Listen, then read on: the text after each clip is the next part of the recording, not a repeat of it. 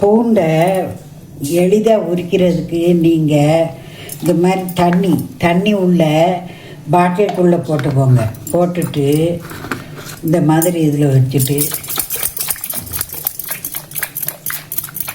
நீங்கள் உரிச்சா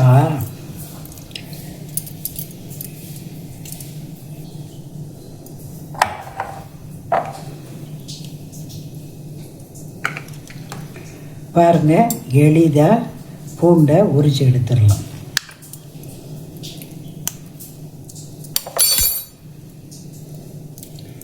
எளிதாக நீங்கள் உரித்து பாருங்கள், எளிதாக உரிச்சிடலாம். எவ்வளோ பூண்டுனாலும் நீங்கள் இந்த மாதிரி தண்ணிக்குள்ளே போட்டு குலுக்கிட்டு அப்புறம் உரிச்சிங்கன்னா எளிதாக உறிஞ்சிடும்.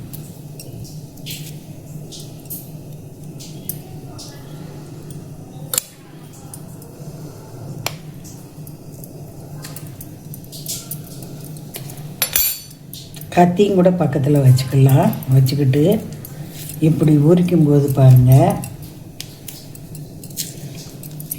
சீக்கிரமாக உறிஞ்சிடும். வேலை ரொம்ப ஈஸி. 1/4 கிலோ பூண்டுனாலும் இந்த மாதிரி நீங்கள் செய்யும்போது எளிதாக உரித்து எடுத்துடலாம்.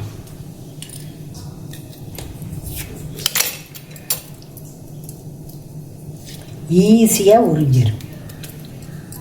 ஒரு 1/4 மணி நேரம் 1/2 மணி நேரம் முன்னக்கூட்டியே நீங்கள் ஊற போட்டுட்டு இந்த மாதிரி உரித்து எடுக்கலாம். ஈஸியாக உரிச்சிடலாம்.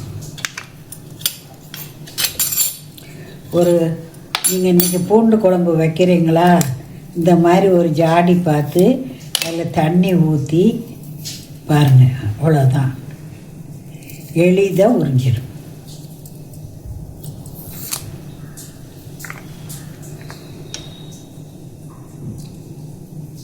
எளிதான வழி பூண்டு உரிக்கிறது.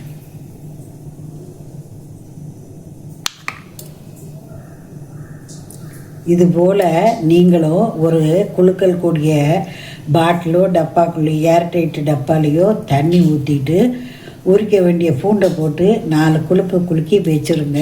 அப்புறம் எடுத்து உரிச்சிங்கன்னா மலன்னு பூண்டு எளிதாக உறிஞ்சிடும்.